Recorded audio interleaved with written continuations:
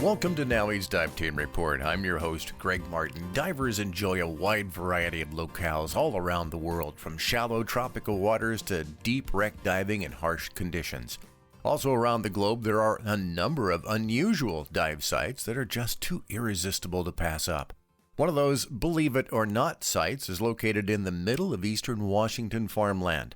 David Bruns is the owner of UnderSea Adventures in Kennewick, Washington, and he offers advanced divers a trip back in history. Well, what we have here is an abandoned Titan I nuclear missile complex. It's a ICBM complex built in the late 50s that had, at the time of operation, 3 Titan I missiles. And after the government was done using it, they auctioned it off to a scrap metal company, and they took some stuff out of it, and it filled up with groundwater, and so they left it. And it sat out there abandoned for years and years and years until we figured out it was there and started diving it. So the missiles aren't still there, though? No, the missiles are not there. Well, this dive, we do require your advanced certification because it is deep. The deepest launcher is 110 feet to the bottom.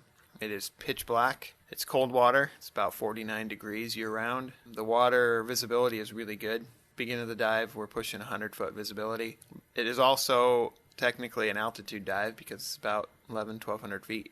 That's kind of an interesting combination. Now, you said to start with. Yeah, during the dive, depends on the quality and quantity of divers in the silo. If people get into the bottom and they hang on stuff, then the visibility can go downhill. But typically, the worst we see is about 50 foot by the end of the dive, which is still pretty good for the Northwest. That's really good. One of the things that has always intrigued me about the dive that you don't really do with most divers is there are control rooms and other rooms in the complex that you've been in. Yeah, there's other places in there. There's another launcher that we don't take groups to. You know, we've been to them and our dive masters have been to them, but they're just not a good place to take groups of people. We do take people into the equipment terminal, which is attached to the launcher, and it's like a little 3-story building that's half submerged, and there's different rooms down there. We do that. There is overhead environment in there, so depending on the people's comfort and skill level, that's kind of at our discretion.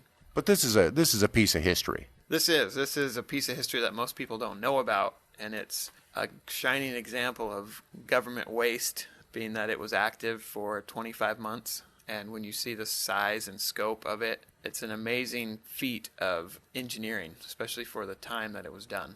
It's the largest ICBM complex that was ever built. I guess if you're looking for something really unusual and out of the way, it's just a short drive from the largest metropolitan area, right? Yeah, it's about an hour and 15 minutes north of the Tri-Cities. It's in the middle of nowhere in eastern Washington. I mean, you would never know it was there if you didn't know it was there. The land that it's on has been used as a scrap yard for the farms for years and years, so it's got good camouflage.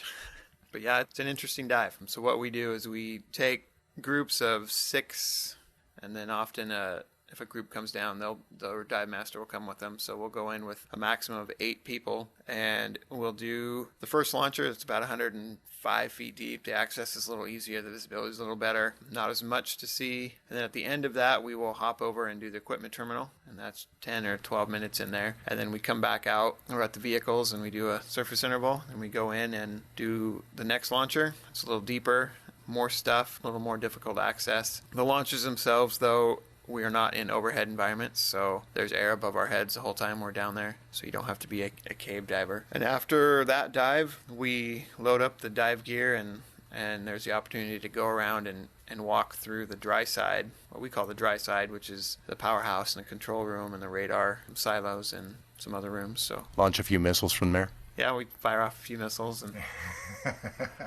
if you're looking for something really unusual, something to put in your dive logs and say, this was the coolest dive I've ever done, be sure and check out the Missile Silo Dive and UnderSea Adventures. You can find them at underseaadventures.net. Dave, thanks so much. Thank you. I know there are a lot of other unique dive locations around, and we'd love to hear all about them. You can contact me at podcast@naui.org. And that's this episode of NAUI's Dive Team Report. I'm Greg Martin. Thanks for listening. I'll see you underwater.